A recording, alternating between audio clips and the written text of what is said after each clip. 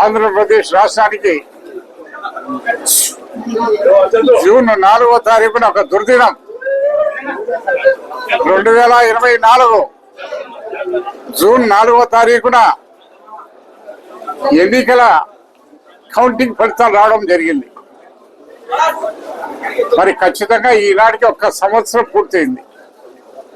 ఈ సంవత్సర కాలంలో జరిగినటువంటి వెన్నుపోటు, అఘాయిత్యాలు, అకృత్యాలు చెప్పాల్సినంత రెట్టిపోయిపోయినాయి. మరి ముఖ్యంగా నేను మనవి చేస్తున్నా ఒకటే, ఈరోజు మేము తిరుగుతున్న పల్లెలకు చేస్తున్నాం. ప్రజలంతా ఏమంటున్నారంటే, ఆయన వాళ్ళ మామకే వెన్నుపోటు పడుకున్నాము, మా అందరికీ వెన్నుపోటు పొడిచినాడు ఆయన అని చెప్పేసి అంటున్నారు. మరి ఎన్నికల ముందు ఎన్ని హామీలు ఇచ్చినాడో మనందరికీ తెలుసు. అదో మేనిఫెస్టో కూడా ఇచ్చారు. మీకు దాంట్లో ఉన్నాయి. అది అఫీషియల్ మేనిఫెస్టో రిలీజ్ చేసింది. మేము అమ్మఒడి ఇస్తా ఉంటే క్రమము తప్పకుండా ప్రతి సంవత్సరము ఒక తల్లికి, కుటుంబానికి ఎంతమంది పిల్లలు ఉన్నా కానీ కూడా అమ్మఒడి కింద 15,000 రూపాయలు వేసామా లేదా ప్రజలందరికీ తెలుసు. మరి ఇదే చంద్రబాబు నాయుడు ఎన్నికల ముందు ఏం చెప్పాడు?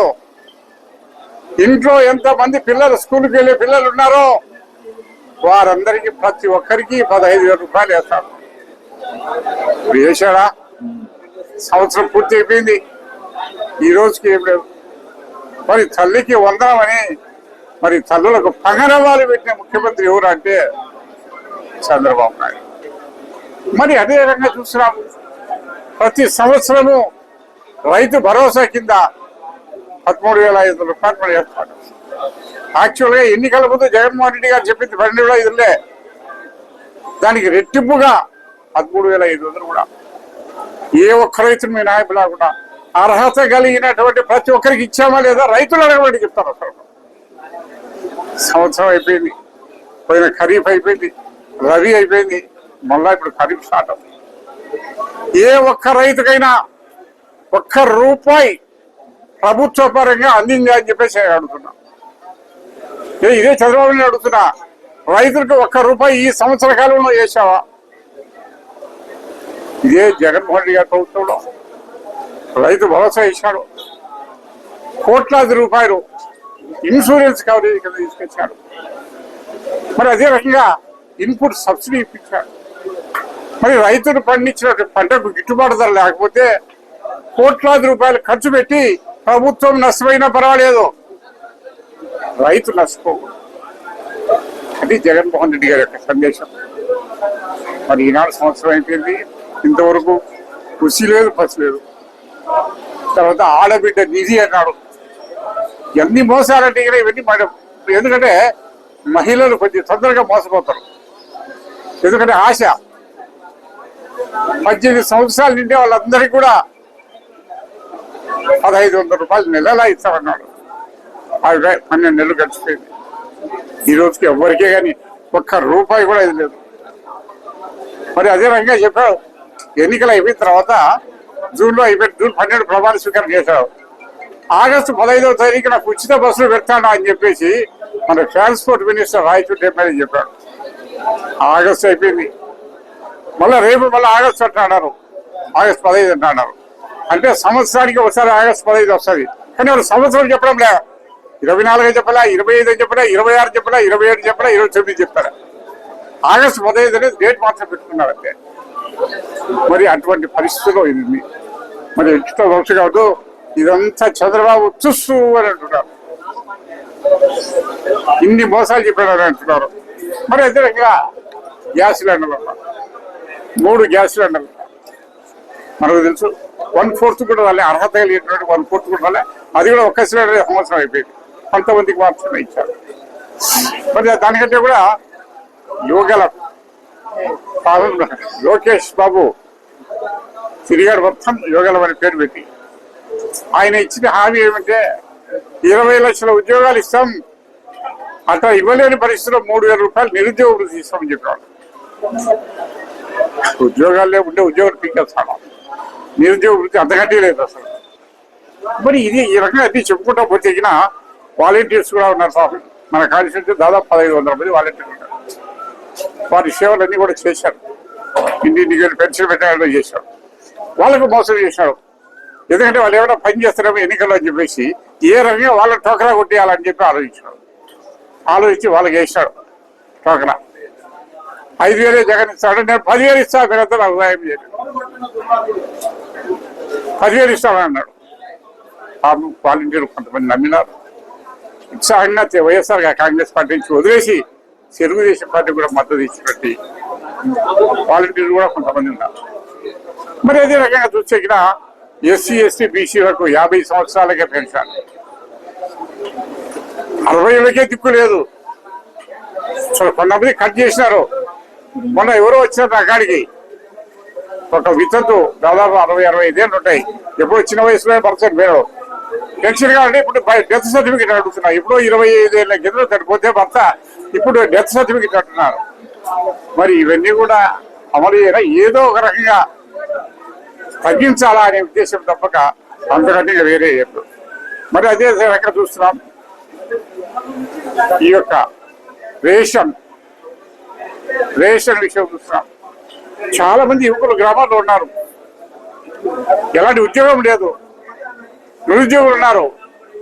వారందరికీ కూడా ఆటోలు ఇప్పించి ఇంటికి వెళ్ళి రేషన్ పంచండి, వాళ్ళకి ఇబ్బంది లేకుండా సౌకర్యాలు కల్పించండి అని చెప్పేసి చెప్తే మరి వాహనాలను పెట్టి ఇంటింటికి వెళ్ళి రేషన్ ఇస్తా ఉంటే అది కూడా ఇంటింటికి రేషన్ ఇస్తే అది క్రెడిట్ వచ్చి జగన్కే పోతుంది తప్ప చంద్రబాబు రాదు.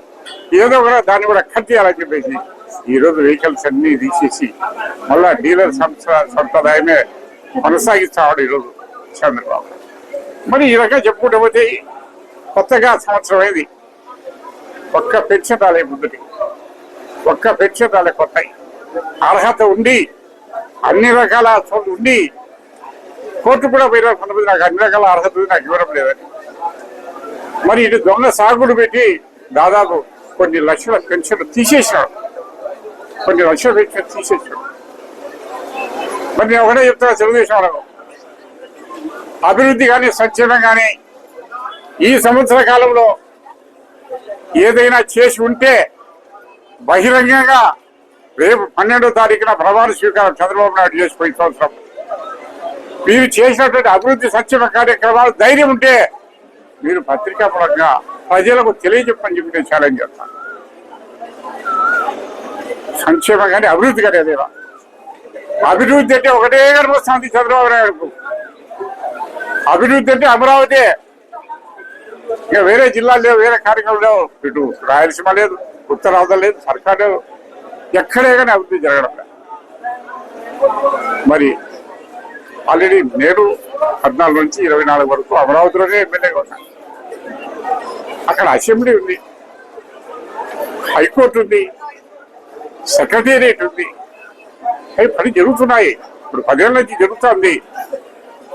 నిదానంగా అభివృద్ధి చేసుకుంటా మనం. ఒక సంవత్సరం సెక్రటేరియట్ కట్టు, ఇంకో సంవత్సరం అసెంబ్లీ కట్టు, ఇంకో సంవత్సరం హైకోర్టు కానివ్వండి, ఇంకొక సంవత్సరం నివాస గృహాలు కానివ్వండి, చేయండి. అభివృద్ధి చేయాలా, అది కూడా చేయాల్సిందే. కానీ మొత్తం రాష్ట్రంలో ఉండే సంపద అంతా తీసుకెళ్లి అమరావతిలో పెడితే దాదాపు 1,00,000 కోట్ల రూపాయలతో ఈరోజు వర్క్స్ నడుస్తున్నాయి. దాదాపు ఆల్రెడీ 50-60 లక్షల కోట్లు టెండర్లు అయిపోయినా వర్క్ కూడా స్టార్ట్ చేశారు. ఇంకా 40-50 లక్షల కోట్లు టెండర్ల ప్రాసెస్ లో ఉంది. అంటే ఈ రాష్ట్రానికి అమరావతి ఒక్కటి ఉంటే చాలు. నీవు నీ అనుల చరిత్రలు మీ యొక్క రియల్ ఎస్టేట్ వ్యాపారం కోసం అని చెప్పేసి ఈరోజు అమరావతిని అభివృద్ధి చేస్తున్నారు. మరి ఎక్కడే చూసావా? ఈరోజు ఒకటే చెప్తున్నా, ఈ రాష్ట్రంలో మన జిల్లాగా తీసుకుందాం, ఈ ఒక్క సంవత్సరంలో ఇరిగేషన్ ఏమైనా ₹1 ఇచ్చాడా? కేసీ కెనాల్ రిపేర్ చేయించాడా? చెరుకు కనీసం ఒక తట్ట బట్టి కూడా ఇచ్చాడా? మరి ఆర్ఎండ్బి ఉంది, ఎక్కడే రోడ్డు వేసాడా? ఒక్క కొత్త రోడ్డు వేసాడా? ఒక్కటేసాడా కొత్త రోడ్డు? ఇదే జగన్మోహన్ రెడ్డి గారి టైంలో. ఈరోజు మనం మైదుకూరే తీసుకుందాం, మైదుకూరు చుట్టూ కూడా అన్ని ఈరోజు వేసేపోయినాయి. అది ఎవరి పుణ్యం, ఎవరు హయాంలో చేయాలి? పూర్వ రోడ్డు కానీ, మధ్య రోడ్డు కానీ, మరి ఎదురుగా కడప కర్ణాటక చెప్పినాయి ప్రతి ఒక్కటి ఇప్పుడు గ్రీన్ ఫీల్డ్ హైవే వస్తుంది బెంగళూరు టు విజయవాడ.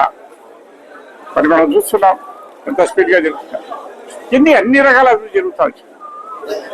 మరి ఈరోజు ప్రజలు ఎంత బాధపడుతున్నారంటే చంద్రబాబు చెప్పిన మాటలు నమ్మినాం, మోసపోయినాం.